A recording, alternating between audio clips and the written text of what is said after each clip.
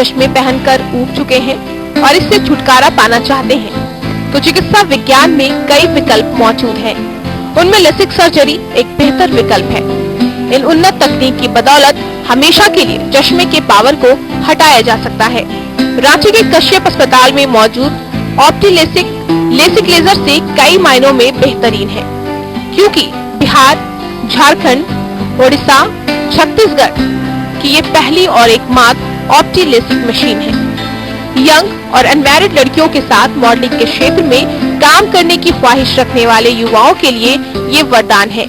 इसके अलावा paramilitary forces जैसे सीआईएसएफ, सीआरपीएफ, बीएसएफ और रेलवे इत्यादि क्षेत्रों में नौकरी की चाहत रखने वाले युवाओं के लिए भी ये वरदान से कम नहीं।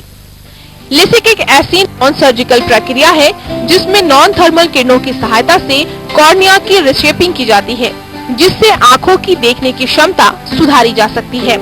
सबसे अच्छी बात यह है कि इस पद्धति में दोनों आंखों का एक ही दिन इलाज संभव है। हालांकि लेसिक सर्जरी कराने वालों की उम्र कम से कम 18 साल होनी चाहिए। पिछले 1 साल तक आंखों का पावर स्थिर होना चाहिए। कॉर्निया की मोटाई सामान्य होनी चाहिए।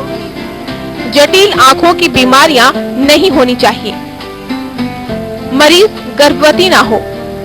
सर्जरी से 1 महीने पहले कॉन्टैक्ट लेंस को छोड़ देना चाहिए। लेसिक सर्जरी एक पेनलेस ट्रीटमेंट है। इसमें मरीज अगले ही दिन काम पर वापस जा सकता है। कस्टम क्यू लेसिक तकनीक की बदौलत निकट दृष्टि दोष को खत्म किया जा सकता है। बहुत ही कम लोग जानते होंगे कि ऑप्टी लेजर लेसिक सर्जरी की नई और उन्नत तकनीक है।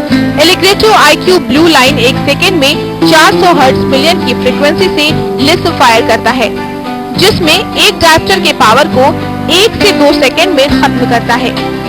इस प्रक्रिया में SBK माइक्रोकेराटोम से बनाई गई कॉर्नियल फ्लैप की मोटाई हर बिंदु पर समान होती है। इसमें लगे आई ट्रैकर 1 सेकेंड में 400 बार आई के मूवमेंट को चेक करती है। इसके अलावा न्यूरो ट्रैकर भी होता है, जो आंखों के साइक्लोटॉर्शनल मूवमेंट को चेक करता है, जिससे कि डिसेंट्रेशन की आशंका बिल्कुल ही नहीं होती। इसके साथ ही उत्तकों की क्षति बिल्कुल नहीं होती। सबसे खास बात यह है कि ऑप्टी लेसिक आंखों के नेचुरल कर्व को बनाए रखते हुए काम करती है, जिससे रात के समय देखने में दिक्कत नहीं होती और हमेशा के लिए चश्मे और कॉन्टैक्ट लेंस से छुटकारा मिल जाता है। Bureau report, news 11। नमस्कार, आप सभी का स्वागत है हमारे इस प्रोग्राम सेहत में। मैं हूं आपके साथ आत्रेय विश्वास और हमारे साथ स्टूडियो में इस वक्त मौजूद हैं डॉक्टर भारती कश्यप, जो कि एक ऑप्टी लासिक सर्जन है। साथ ही साथ आपको पता होगा कि कश्यप मेमोरियल आई हॉस्पिटल की भारती कश्यप जी फाउंडर और डायरेक्टर हैं। और वहीं उत्तरी, पूर्वी और पश्चिमी भारत का Kashyap memorial eye hospital NABH मान्यता प्राप्त आई हॉस्पिटल है। और आपको ये भी बता दें कि NABH हेल्थ केयर में क्वालिटी का इंटरनेशनल मार्कर है। बहुत बहुत स्वागत है भारती जी आपका न्यूज़ 11 में। और इस प्रोग्राम में दर्शक आपसे जानना चाहते हैं लासिक सर्जरी के बारे में। तो सबसे पहला सवाल तो मेरा आपसे यही होगा कि ऑप्टी लासिक सर्जरी परंपरागत लासिक से ज्यादा एक्यूरेट किस तरह से है? देखिए, जो परंपरागत लासिक है वो 50 हर्ट्ज की होती है और जो ऑप्टी लासिक है वो 400 हर्ट्ज की है। तो जो जहां परंपरागत लासिक 50 हर्ट्ज के स्पीड से 1 सेकेंड में 50 टाइम्स लेजर पल्स फायर करती है, तो वहां ये 400 टाइम्स लेजर पल्स फायर करती है और 400 टाइम्स ही आंखों को चेक करती है, आई के जो मूवमेंट को चेक करती है। और जो परंपरागत लासिक है वो 50 टाइम्स लेजर फायर करती है 1 सेकेंड में और 50 टाइम्स ही आंख के मूवमेंट को चेक करती है। जहां एक और परंपरागत लासिक एक डायोप्टर के पावर को खत्म करने के लिए 10 से 12 सेकेंड लगाती है, वहां जो एलिग्रेटो ऑप्टी लासिक है यह एक डायोप्टर के पावर को सिर्फ 2 सेकेंड में खत्म करती है। तो मान लीजिए कि किसी मरीज का आंखों का पावर 8 डायोप्टर है, -8, तो ऑप्टी लासिक से जब हम ट्रीट कर रहे हैं तो उसको 16 सेकेंड टारगेट पर देखना है, क्योंकि जब हम लासिक करते हैं तो मरीज को बोलते हैं एक बिंदु पर एक टारगेट पर देखने, और लेजर फायर होती है। तो अगर वो केवल 16 सेकेंड देख रहा है और अगर हम -8 पावर के पेशेंट को परंपरागत लासिक से कर रहे हैं तो 12 सेकेंड में उसमें एक डायोप्टर जाता है। तो अगर हम 8 पावर को लिए हैं तो उसके लिए 96 सेकेंड, मतलब 1.5 मिनट से ज्यादा उसको टारगेट पे देखना पड़ेगा। तो 1.5 मिनट से ज्यादा जब मरीज टारगेट पे देखता है, तो जब लासिक में आपको पता है कि एक फ्लैप हम उठाते हैं और उस अंदर स्टोमा पे लेजर करते हैं, तो जब हम स्टोमा पे लेजर करते हैं तो स्टोमा बहुत ज्यादा टाइम तक वातावरण में एक्सपोज रहता है और उससे उसकी डिहाइड्रेशन का चांस रहता है, ओवर करेक्शन का चांस रहता है। और इसके अलावा अगर हम ज्यादा देर तक मरीज को बोलेंगे, 1.5 मिनट 2 मिनट तक बोलेंगे टारगेट पे देखिए और इतनी ब्राइट लाइट हम फोकस कर रहे हैं, तो मरीज आंखों के मूवमेंट होने की शंका ये रहती, चांस रहता है, मरीज डिसेंटर कर लेता है और इसलिए आंखों को हिला देता है और इससे डिसेंटर ट्रीटमेंट का चांसेस बहुत ज्यादा बढ़ जाता है। लेकिन ऑप्टी लासिक इतना ज्यादा फास्ट है क्योंकि अगर 8 पावर है तो 16 सेकेंड, अगर 4 पावर है तो सिर्फ 8 सेकेंड। तो अगर आप किसी को 8, 10, 12, 16 सेकेंड कहते हैं देखने के लिए, तो आंखों पे नंबिंग ड्रॉप्स हम डाले रहते हैं तो वो देख लेते हैं। लेकिन अगर वही हम उनको 1 मिनट 1.5 मिनट ऐसा कहते हैं तो वो मुश्किल होती है और कॉर्निया का ओवर डिहाइड्रेशन भी होता है। दूसरी बात ये है कि एक नॉर्मल आदमी की आंख 1 सेकंड में 20 से 60 बार हिल सकती है, लेकिन अगर 1 सेकंड में 400 बार भी आंख हिलती है तो इसका जो 400 हर्ट्ज का जो ट्रैकर है वो 400 बार भी अगर आंख हिलती है तो एकदम पॉइंट पर लेजर देता है, इसलिए इसको परफेक्ट पल्स टेक्नोलॉजी भी कहते हैं। दूसरी बात और है कि जब हम आंखों को देखते हैं कॉर्निया को, तो कॉर्निया रफली 500 माइक्रोन 535 माइक्रोन का होता है। अगर हम 500 माइक्रोन अगर इसको मानते हैं तो इसमें 160 माइक्रोन का जो कॉर्निया होता है वो कॉर्निया ज्यादा स्ट्रांग होता है और 340 माइक्रोन का जो कॉर्निया होता है वो कॉर्निया जो होता है वो वीक होता है।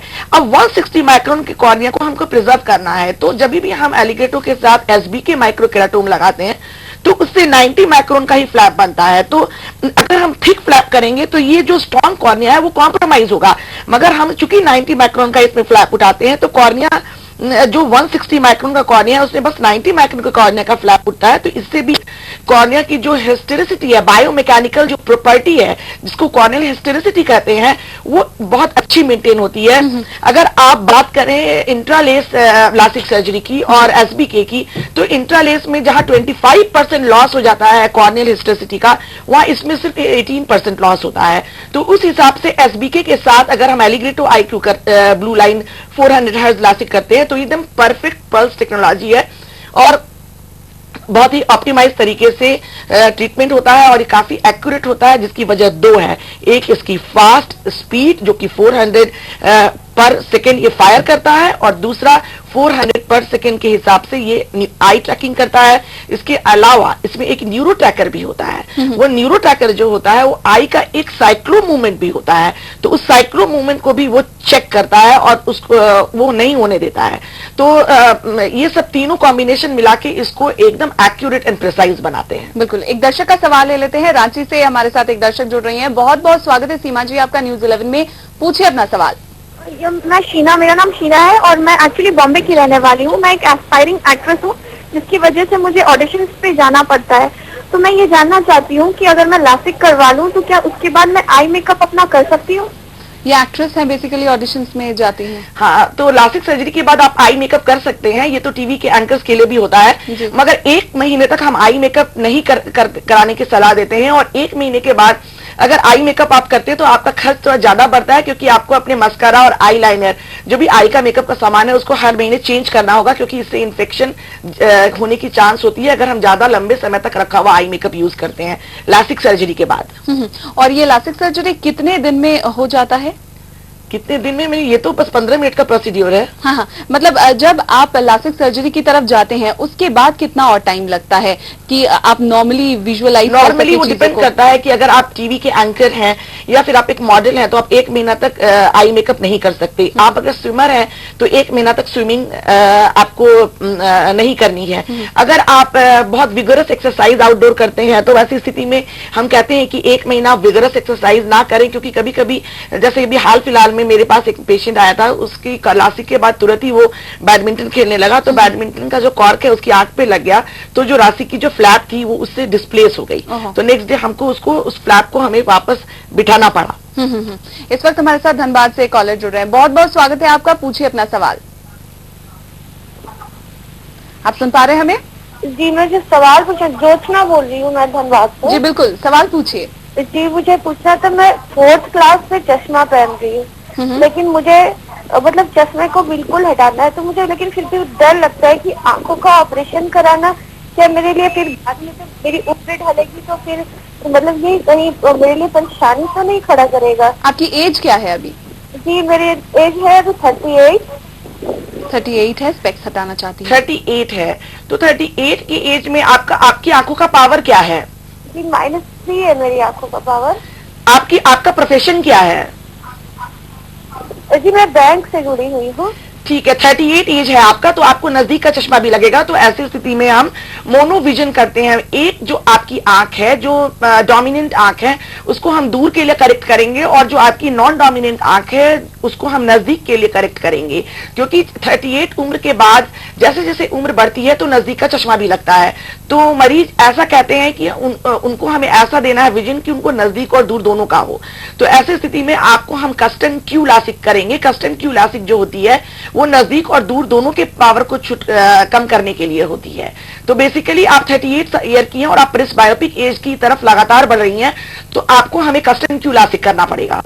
और माइनस की पावर बहुत कम है, लेकिन आपको जैसा कि पता होगा, लासिक करने के पहले हम कुछ इन्वेस्टिगेशन करते हैं, कॉर्निया की थिकनेस देखते हैं, आंखों का जो पीछे ये रेटिना है, आंख के रेटिना में कोई प्रकार की कोई प्रॉब्लम नहीं होनी चाहिए। ये सब बहुत सारे चेक होते हैं जो लासिक ऑपरेशन के पहले किए जाते हैं। बिल्कुल, तो अगर आपको किसी भी तरह की आंखों की समस्या है तो जरूर आप डॉक्टर भारती कश्यप जी से संपर्क कर सकती हैं। फिलहाल एक छोटे से ब्रेक के लिए रुकेंगे, ब्रेक के बाद भी डॉक्टर मौजूद है स्टूडियो में, आप कॉल कर सकते हैं हमें। ब्रेक के बाद आप सभी का स्वागत है। सेहत में हमारे साथ लगातार मौजूद है डॉक्टर भारती कश्यप। हमारे साथ एक फोन लाइन पर दर्शक मौजूद है, बहुत बहुत स्वागत है आपका, पूछिए सवाल। हेलो श्वेता जी, सवाल पूछिए। हाँ जी, मेरे को पूछना है मैडम से जी। कि मेरी आंखों का पावर बहुत ज्यादा है। हाँ हाँ -13 है जी। तो क्या मैं लैसिक लेजर करवा सकती हूँ? एज क्या है आपकी? हाँ जी, एज क्या है, उम्र क्या है? एज 24। 24। हाँ, आप लासिक लेजर करवा सकती हैं। ऐसे लासिक लेजर -12 तक होता है, और वो जैसा सवाल अभी आप पूछने वाली थी मुझसे कि लासिक जो होता है वो कितने पावर तक हो सकता है, तो मैं इनके क्वेश्चन का आंसर करते हुए उसको भी एड्रेस करती हूँ। तो लासिक देखो -12 तक हो सकता है, और प्लस पावर में +6 और सिलेंडर पावर में 6 डायप्टर तक हो सकता है। लेकिन कई बार हम क्या करते हैं कि अब जैसे इसने कहा कि इसका -13 पावर है, तो हम कई बार अंडर करेक्शन भी कर देते हैं। अगर मान लो कि 2-3 पावर का हमने अंडर करेक्शन कर दिया, तो आप अपनी डे टू डे की जो एक्टिविटीज है वो आप आराम से बिना चश्मे के कर सकते हैं। और जब आपको कुछ पढ़ाई लिखाई का काम करना है या कुछ दूसरा काम करना है, तो वैसे समय में आप हल्के पावर का चश्मा लगा सकते हैं। Option number 1। ऑप्शन नंबर 2 ये है कि अब आपका क्वेश्चन ये मुझसे होगा, मैं जानती हूँ, कि मेरा कितना पावर, आप अंडर करेक्शन कितना करेंगी और कितना छोड़ेंगी। तो कितना हम करेंगे और कितना छोड़ेंगे ये डिपेंड करता है कि आपके कॉर्निया पे। जैसे कि मैं एक उदाहरण देती हूँ, मान लीजिए कि नॉर्मल कॉर्निया की जो थिकनेस होती है वो होती है 500 to 535।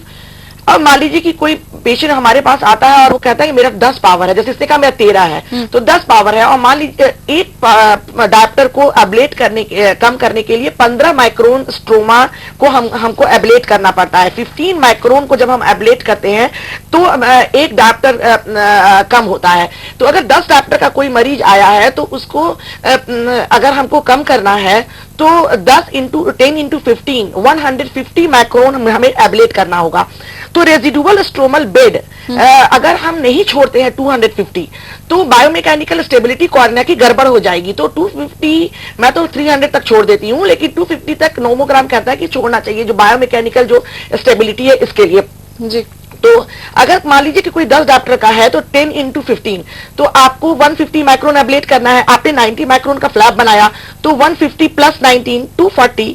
अब अगर उसकी कॉर्नियल थिकनेस कम है, 450 है, तो 450 से अगर आप 240 को माइनस करते हैं तो आपके पास केवल 210 का स्ट्रोमल बेड बचेगा और उसकी बायोमैकेनिकल स्टेबिलिटी बिल्कुल नहीं रहेगी। तो वैसी स्थिति में इतने कम कॉर्नियल थिकनेस पे हम देखते हैं कि हम उसका फुल करेक्शन नहीं कर पाते हैं। जबकि ऐसे देखा जाए तो हम लोग कहते हैं कि 12 डायप्टर तक होता है, लेकिन एक्चुअली 5-6 तक तो हो सकता है, लेकिन उसके बाद कितना होगा ये सब डिपेंड करता है कि आपके कॉर्निया की थिकनेस क्या है। अब इस बच्ची का 13 है, तो अब 13 पावर है, 13 पावर है। अब अगर तुम्हारे कॉर्निया का थिकनेस ज्यादा होगा 500 से ज्यादा, तो हम थोड़ा सा ही अंडर करेक्शन करेंगे। लेकिन अगर तुम्हारे कॉर्निया की थिकनेस बहुत कम होगी तो हमें ज्यादा अंडर करेक्शन करना होगा। ये तो जब तुम आओगे और लासिक के पहले की जो सारी इन्वेस्टिगेशन होती है वो सारी इन्वेस्टिगेशन हम करेंगे, तभी पता चलेगा। क्योंकि एक तो इसको देखते हैं हम, थिकनेस पे बहुत डिपेंड करता है, और दूसरा ये भी है कि हम कॉर्निया की जो नॉर्मल जो उसका स्ट्रक्चर होता है वो होता है प्रोलेट। तो कॉर्निया की प्रोलेट स्ट्रक्चर को बनाते हुए हमें लेजर करनी है। तो कई बार क्या होता है कि जब हम कॉर्निया टोपोग्राफी करके देखते हैं कि कॉर्निया की स्ट्रक्चर कैसी है, तो हमें दिखता है कि कॉर्निया तो केराटोकोनस है, मतलब ये जो कॉर्निया है ये आगे की ओर निकला हुआ है। नॉर्मली ये प्रोलेट होता है, और बिल्कुल ऐसे हो जाए तो केराटोकोनस। दैट मीन्स कि कॉर्निया की जो अगर ये बिल्कुल आगे की ओर इस तरह से हो जाता है तो इसका मतलब हुआ कि कॉर्निया में अंदरूनी इसकी बायोमैकेनिकल प्रॉपर्टीज में वीकनेस है।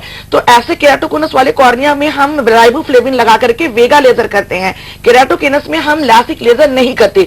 और ये लासिक लेजर करने के पहले बहुत जरूरी है कि जिसका भी लासिक लेजर हो रहा है उसकी कॉर्निया टोपोग्राफी बिल्कुल सही तरीके से की जाए, और उसकी कॉर्निया की शेप किस तरह की है वो देखा जाए। और अगर केराटोकोनस अर्ली केराटोकोनस भी है तो लासिक लेजर नहीं किया जाता है। इसके लिए राइबोफ्लेविन नाम का एक एंजाइम कॉर्निया पे लगा के वेगा लेजर की जाती है, जिससे कि कॉर्निया का जो कोलेजन होते हैं उनकी बॉन्डिंग अच्छी होती है।